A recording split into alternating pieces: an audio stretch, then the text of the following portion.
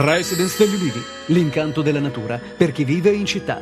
Telefono 0962 96 4192 348 01 17 609. Arrestato nella notte appena scorsa Domenico Giorgi, 28 anni, pregiudicato ritenuto affiliato alle famiglie dei Giorgi, alias Bovinciani, e degli Strangio, alias Iancu, operanti nel territorio di San Luca. I carabinieri di Reggio Calabria lo hanno bloccato a Rivalta, in provincia di Torino. L'uomo è accusato dell'omicidio del 21enne Salvatore Favasuli, consumato a Casignana il giorno dell'Epifania del 2005, con movente passionale. Il delitto fu la scintilla che provocò la riapertura della faida di San Luca, culminata nel giorno di Ferragosto con la strage di Duisburg, in cui furono uccise 6 persone. È stato identificato e fermato l'uomo che lo scorso mese di maggio aveva ferito gravemente un carabiniere durante un agguato notturno, nel corso del quale aveva scaricato contro l'autovettura del militare un intero caricatore di pistola. Si tratta di Gianfranco Di Cello, 38 anni, elemento vicino alla cosca Cappello Arcieri. Ad identificarlo sono stati gli uomini del nucleo operativo e radiomobile della compagnia di Lamezia al termine di una meticolosa indagine.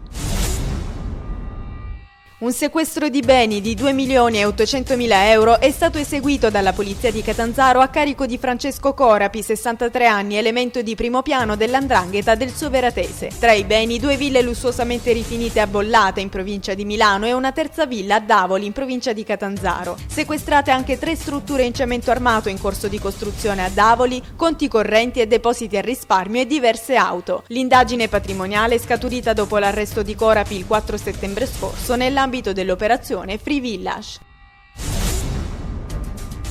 Dalle prime ore dell'alba, a conclusione dell'indagine denominata SHOT 2009 contro lo spaccio di droga, i carabinieri di Chieti, supportati da unità cinofile e comandi dell'arma territorialmente competenti nelle province di Chieti, Pescara, Reggio Calabria, Como, Gorizia e Brindisi, hanno dato esecuzione a 7 provvedimenti restrittivi, al sequestro preventivo di immobili e quote societarie, nonché a 12 perquisizioni domiciliari a carico di ulteriori indagati.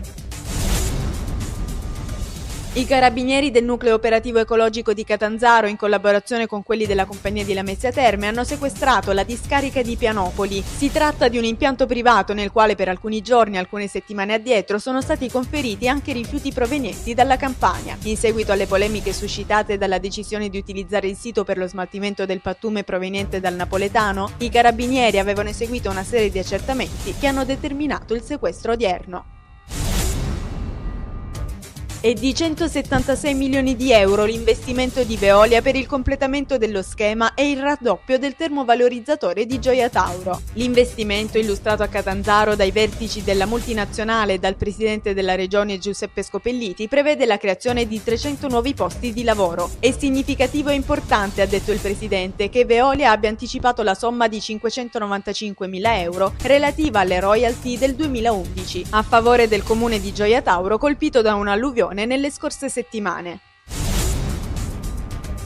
Si è svolto ieri sera un incontro presso la sede della CREA, società che gestisce la raccolta dei rifiuti solidi urbani a Crotone e nell'Interland, tra i lavoratori e le associazioni sindacali della ditta stessa, i vertici della società ed il comune. Il bilancio dell'azienda non ha ancora avuto il via libera dal comune e i dipendenti, preoccupati per il loro futuro lavorativo, hanno proposto di unirsi all'altra azienda crotonese di raccolta rifiuti, l'Acros. I lavoratori hanno concesso un rinvio di 48 ore alla società e all'amministrazione comunale prima di riprendere la protesta e l'eventuale sciopero. Oggi Catanzaro è stata tappa di L'Europa in città, iniziativa promossa dal Parlamento europeo, dalla Commissione europea e dal governo italiano, che, dopo il successo degli incontri di Roma, Bologna, Milano, Bari e Palermo, prosegue in altre città italiane per offrire ai cittadini l'opportunità di dialogare con i propri eurodeputati. L'incontro si è tenuto nel Palazzo della Provincia con Raffaele Baldassarre, Erminia Mazzoni, Mario Pirillo, Crescenzio Rivellini e il presidente della provincia Ferro.